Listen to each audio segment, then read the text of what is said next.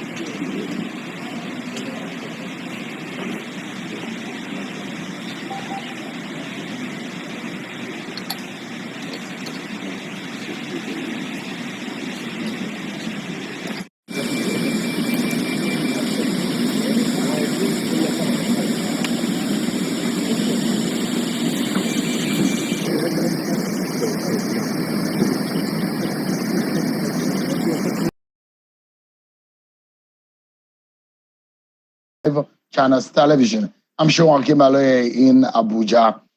Let's begin by letting you know the views of the Attorney General of the Federation and the Ministry of Justice, Chief Lateef Fagbemi, Senior Advocate of Nigeria, on the prosecution of some minors. He says there is no law that exists in the country that prohibits the prosecution of minors.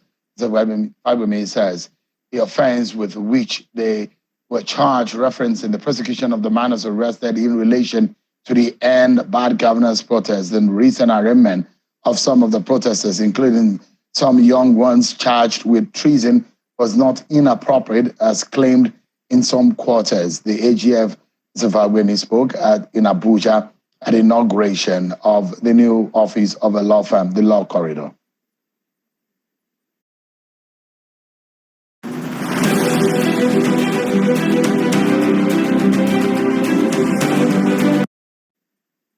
The facts in possession of the security agencies, you will marvel. But the president has come out to say, in spite of all this, I have children, I have grandchildren, if not great-grandchildren. And that was what motivated his largesse or his passion to release them and also enable them in some ways. So the credit goes to him for giving a compassionate consideration to the release, the treatment of the young chaps that were released. But let me seize this opportunity to clarify something. People were under the impression that because they are children, they are minors, all sorts of theories have come up. There is no law in this country which says a minor cannot be tried. And I've also heard, they should go to a family court. A study of the law and the constitution leaves you to no other conclusion that it is the Federal High Court that has jurisdiction in matters bordering on treason and allied matters. So the chapter is good. But what about the situation? The president has closed the chapter by his decision to have these young men released. But the AGF equally spoke on the implementation of the Supreme Court judgment on the local government autonomy. takes time to actually get a full implementation, but it is on, and by the time we come out with the full implementation, everybody will be happy. I will not start a project that I won't be able to finish. The president is happy with it, everybody is happy, and the way the public has come out to, their reaction to the decision of the Supreme Court suggests that the president couldn't have done better than he has done on this matter. The Attorney General of the Federation, Mr. Lateef Fagbemi, speaking on some national issues at the opening of a law firm in Abuja, the law corridor. Well, let's take a look at some of the political roundup. And when we come back, are you satisfied with the state of the economy? It does look like there are fears that members of the National Assembly had when they called those who are heading the major agencies in running the Nigerian finance system, including the Ministry of Finance and the Coordinating Minister of the Economy, Mr. Wale Edo. They were explaining their position on the policies of the federal government in sustaining or maintaining the economy. What it looks like today. Is it something you are proud of as a Nigerian that gets our attention tonight? But let's check your political roundup.